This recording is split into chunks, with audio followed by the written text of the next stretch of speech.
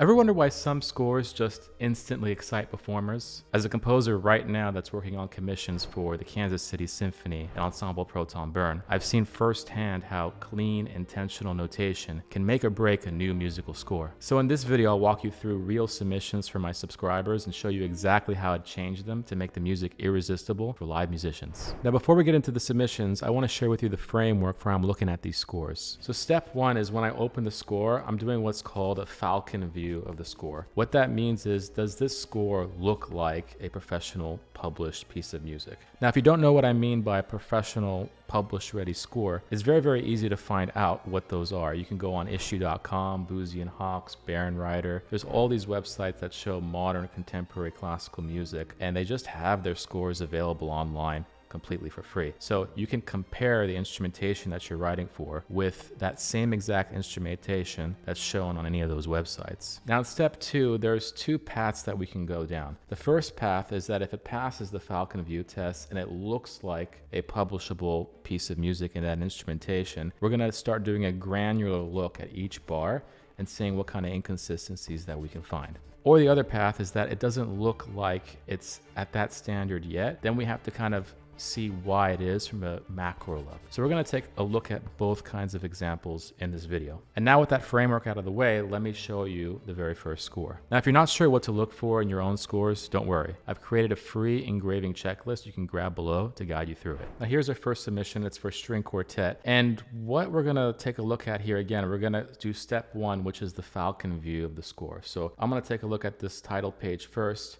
See that it has the composer's name, which it does. It has the title of the piece, and it has the date of composition. Now, the title of the piece is string quartet. So normally we would want to write something like violin, 1, 2, viola, cello, something like that, or probably more specifically, we're going to just write 2 violins, viola, and cello. But in this case, because the piece is called string quartet, like we don't need to do any of that, right? So we just call it string quartet and leave it alone. So this is perfect. So we know what the instrumentation is, we know the title, we know the name of the composer, and then finally we know the date of composition. This composer also put the place of composition, which is totally fine as well, but that's extra information. The next thing we want to look at in the Falcon view is the inside pages of the piece. Now, when I look at it in the Falcon view, there's a lot of good things that I see. I see some program notes, I see title of the piece, I see some copyright notes, but they're all like kind of jumbled in the wrong place. So this is from a Falcon view, I'm saying this without even reading any of the text. Now I want to get a little bit granular and see what I'm looking at. So we have the copyright and the name of the composer at the top. That's not usually where it goes, okay? So we want to get rid of that completely. At the very top, what actually ends up happening is we write in the instrumentation. So that's where we want to put that at the very top. So we want to get a little bit more granular. In this case, we have 2 violins, viola, and cello. So that's what we want to see at the top. The next part is going to be our performance notes, not our program notes. So the stuff is in a little bit of the wrong order, and I can tell this just from the Falcon view, and I haven't even read a single word of this string quartet piece.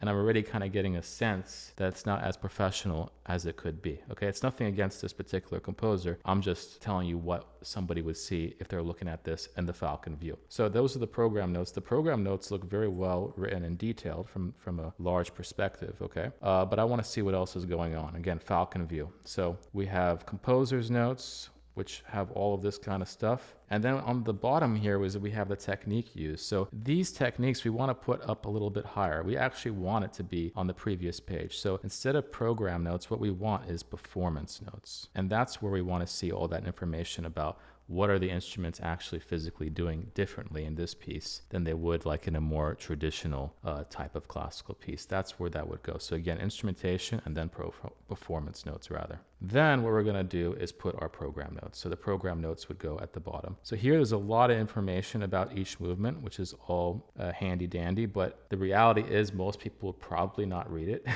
especially if they're doing a cursory review of the score. So I would try to keep it simple. I would try to do instrumentation, the performance notes that are most pertainable to this piece, and then program notes that really help the audience, in this case, the contest judge or the performers or the conductor or the institution, anybody that has kind of agency when it comes to performing a piece of music. We want to make sure they're getting a quick snapshot of what this piece is about, because right now we have 1, 2, 3 pages of text, and I'm pretty sure without even reading it that we can get it down to 1 page or even 1.5 pages. So that's just something to consider as you're writing these really important preface page materials. So now we move on to the first page of music. I'm going to look at it from a falcon view, and it actually looks not bad from the falcon view in terms of, I'm looking at the instrumentation first. So violin 1, 2, viola, cello, that's all done correctly. There's some bracketing here that's done correctly. All the clefs are done correctly. So in that instance, everything looks pretty good. We have a metronome marking over here. It's not like completely necessary, but I always like to have some kind of indication there, whether it's largo or something like that, but it's not completely necessary. And then we have the title, of course, the name of the composer here. We have the movement number. So all that looks pretty good. I would also put a copyright at the very bottom. Does it really matter to have a copyright written on the bottom there? In this day and age, not really. It's not really going to make much of a difference because people share scores freely all the time. You know, don't tell Boozy and Hawks and Baron Ryder and all those folks, but that's just the truth these days with digital media. But we want to put that there because it kind of puts this nice little stamp. And if it's missing, we kind of notice it. And like I just noticed it right now. So something like copyright with this little sign, 2025 would be enough. And then maybe the composer's name. And that's really all you need in that center part right here. Okay, I'm still in falcon view, and I can already kind of see other issues happening. The notes here are kind of squished together, and it's pretty consistent. We have like 1, 2, 3, 4, 5 bars here, and then we have another 1, 2, 3, 4, 5 bars here, and then 1, 2, 3 bars here. So the note spacing is a little bit inconsistent, and it feels a little bit squished, and I can see that from a falcon view. One way to kind of fix that is just to move these bars to the next system, move this bar to the next system, and that will help it a little bit. You'll have to massage it. There are some issues going on with the note spacing, okay? We want, in general, to have the notes not be so stuck together like this. We want a little bit of breathing room, and right now there isn't much breathing room, especially in these first 2 systems here. The third system is not bad in terms of the breathing room, but the first 2 systems need a little bit of work. So again, we're in falcon view right now. Another falcon view thing that I see is this thing with the espressivo. It just really pops out at me. Espressivo is a technique indication that usually goes underneath the text, and it usually is in italics. So we want to put espressivo next to the dynamic marking here, and we want to put it in italics, all lowercase. Right now, this composer has it above in capital letters with the first letter capitalized, and that's not really how it's done, okay? You might think, it just shows the performer what to do, they can read it, but it just doesn't have that falcon view look of professionalism that we want to go for when we're engraving a piece of music. Now, another falcon view thing that I see going on here is the spacing in between some of the staves. So this spacing here is kind of tight. And the way that I know that is the dynamics are kind of going into the next system, or the next staves, rather. So this P is going down here. This crescendo to forte, the mezzo forte, rather, is getting into the next system. We want to space this out a little bit, okay? And we might even have to make the staff sizes just maybe 15 to 20% smaller to accommodate these changes. That might screw up the entire rest of the score when you do that, but sometimes it's necessary to do things like that. Or you might have to move this area up a little bit, maybe move this whole area down a little bit. But basically, we want to put that white space in between the staves in such a way where there's no colliding to the other staff right below or above it. So we can see that with all the things I indicated. Even with this espressivo, we see it going into the second violin, this espressivo going into the viola.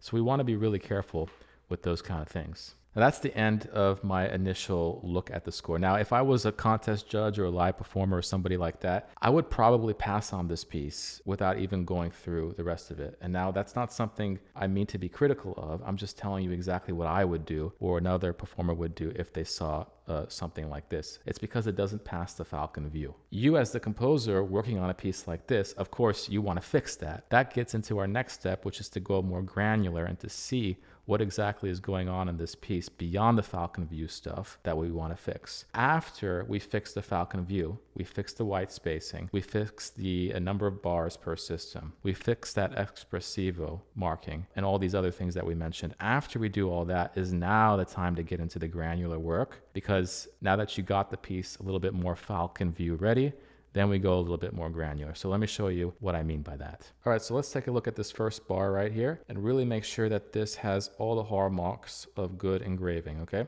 We have the metronome marking right here. That looks good. All the instruments are in the correct order. All the clefs are correct. All the key signatures are correct. And the tempo marking is correct, okay? So all of those line up perfectly, and we want to make sure this tempo marking lines up with the time signature. It does. So all that stuff looks great so far. Now we're going to look at our first bit of music here, which is in the cello line. And already I'm seeing issues, okay?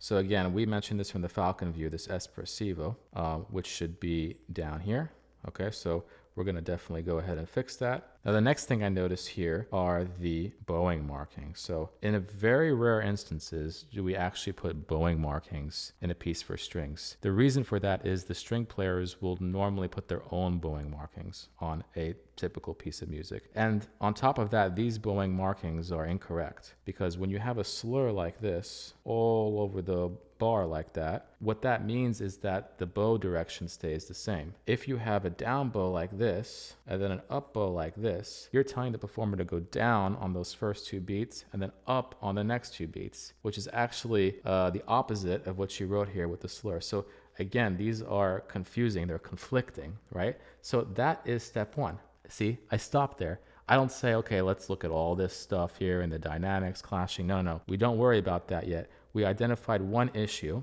this issue here. Now what I'm going to do, I'm going to go ahead and erase this so you can see, and I'm going to zoom out, and I'm going to see if I see this problem in any other parts of the piece. So here I'm going to look at measure 2. Yeah, there's these problems here with the down bow, up bow. We don't want those. I will just get rid of them. Then we go into the next area right here, and we see that same issue. So we want to get rid of those. Either we get rid of them entirely or we keep the slur, but they both can't stay there. As you can see, I'm focusing on just one engraving parameter that this particular composer needs to fix up. If I do them all, if I do dynamics, pitches, rhythms, everything from bar to bar to bar, it's gonna drive me nuts. I wanna do it one step at a time so that I can keep track of the inconsistencies that I myself as a composer just do naturally. And we want to get rid of that habit as well. If you're trying to get rid of multiple engraving habits in one go, what's going to happen is your muscle memory is not going to remember that you have to fix those things, so that the next time you write a piece of music, it's already out of your system. You're not making those mistakes another time in a new piece. Now, ideally, you would do this with the entire score, but just pretend that we did it, and we would move on again to the first page. So the first page, remember, we had that espressivo. Again, we would go through that each bar and just make sure all those espressivos are in the right place. So that's one that we're familiar with. Now we move on to the next one. The next thing that we notice is this, which hopefully is a more obvious mistake, okay? But it's a mistake for a couple of reasons, not just one reason. The first one is, of course, the thing that we can see, the collision, right? So there's a collision between the pianissimo and the crescendo. So that we don't want any of that. That's not good. So we want to make sure that we have our crescendo coming out of the pianissimo. Simple. The next thing, which might be a little less obvious, is this hairpin. I've seen a lot of hairpins. Okay, this might be a little bit controversial, but I see a lot of hairpins just like this that don't have a dynamic marking in the center. But it's my belief that you should put a dynamic marking here because it makes it that much clearer. So let's say that's piano. So what would have to happen is that you have a hairpin like this with piano and then a decrescendo. That way the player knows where to crescendo to and then where to back off. This could easily been a forte. And if this is a forte, this is a much different gesture than it would otherwise be. So we want to be really clear on what this is exactly. Now going through our framework, we're going to go through bar by bar and check all the dynamics in the hairpins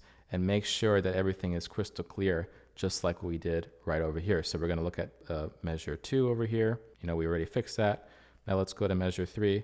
So measure 3 has this situation where we have a dynamic, this pianissimo, but then we have this hairpin that is not aligned. So typically speaking, you want this hairpin to be perfectly in line with the dynamic marking. So this should be much further up so that we can have a nice alignment. That's the first thing I would do. The next thing I would do, again, I would put some kind of dynamic in the center there so we know where we're crescendoing to.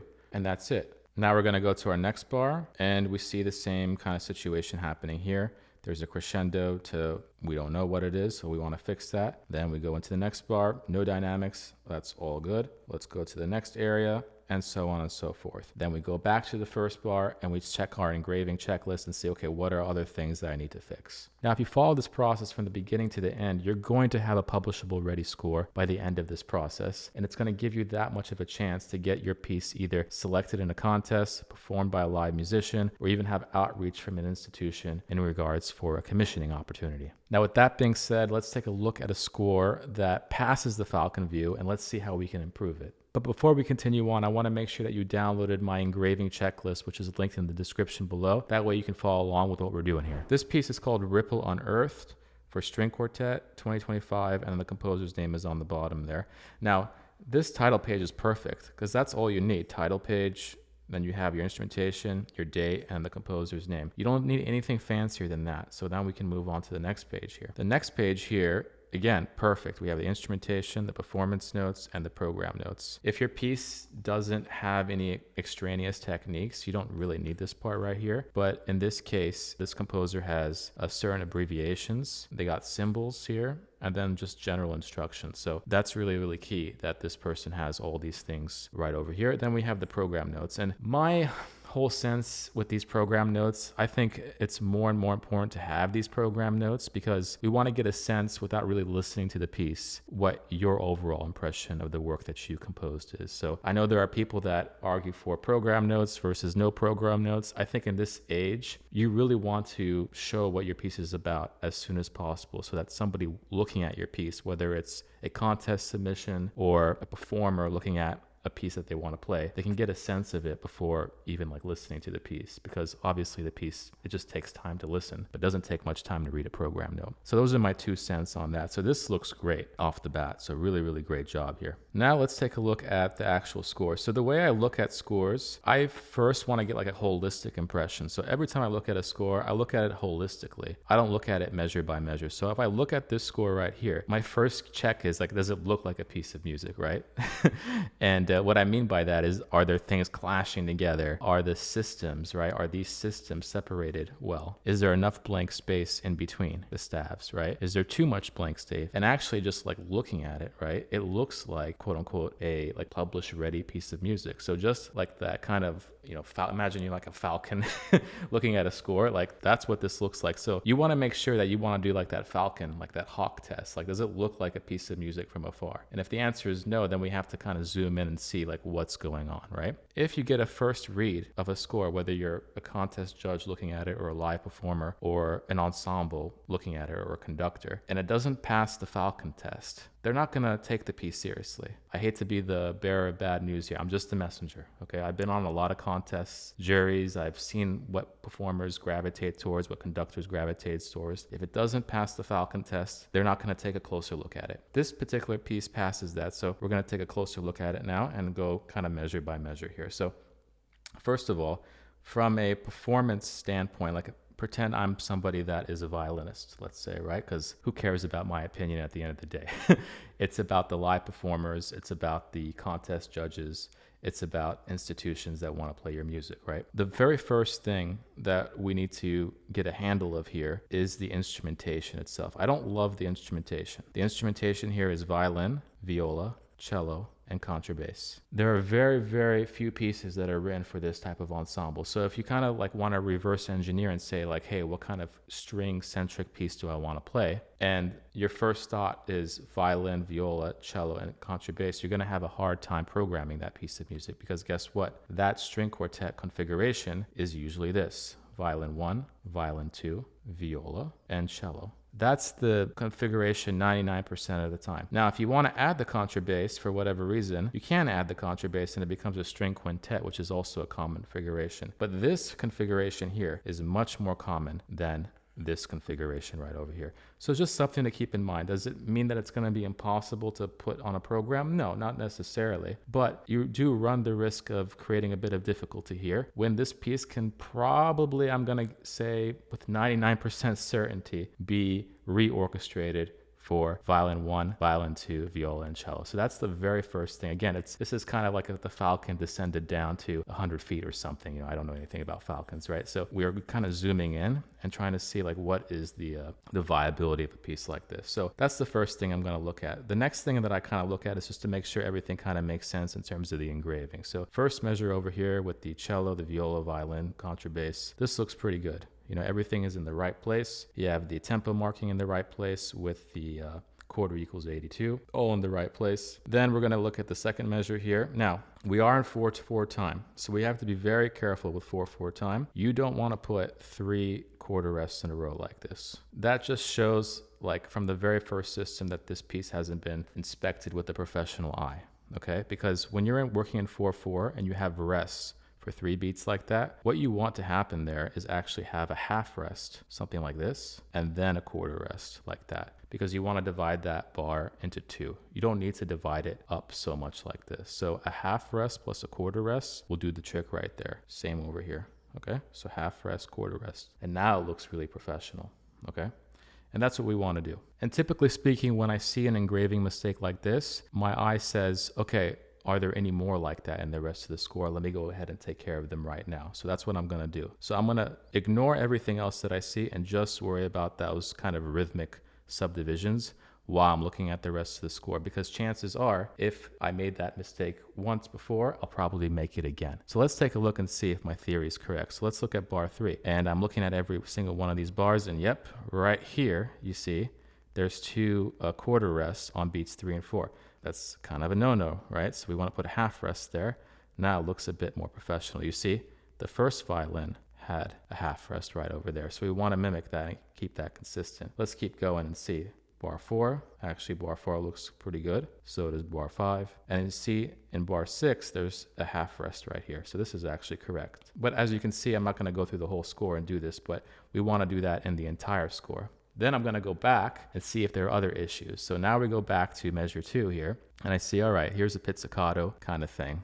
Okay, cool. That's pretty cool. Now we have this marking here, which is a tie over. A tie over, all it means is that you're ringing out that pitch that's tied over. Now I want you to look at this next thing, this LV. Now LV means exactly the same thing as that tie over. So actually having both of these things together is redundant. So what we want to do is get rid of one of them, right? And this is kind of where we have to make a decision, but my vote would just be get rid of the LV. So that's what we're going to do. I'm just going to get rid of the LV. And you'll see in the bass part here, there's an LV as well. There's another redundancy. So we're going to go through the score and see if we see anything else like that. So in the next bar, again, the same thing. We have a tie and the LV. So we're going to get rid of the LVs, okay? We're just going to stick to the first page for now, just so you can see the process for this. So now everything looks pretty good.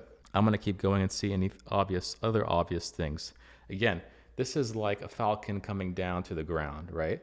We want to catch the more obvious things before catching the really specific things, because, you know, a live performer especially is not someone that's going to be like thinking of this in a grammatical kind of way, right?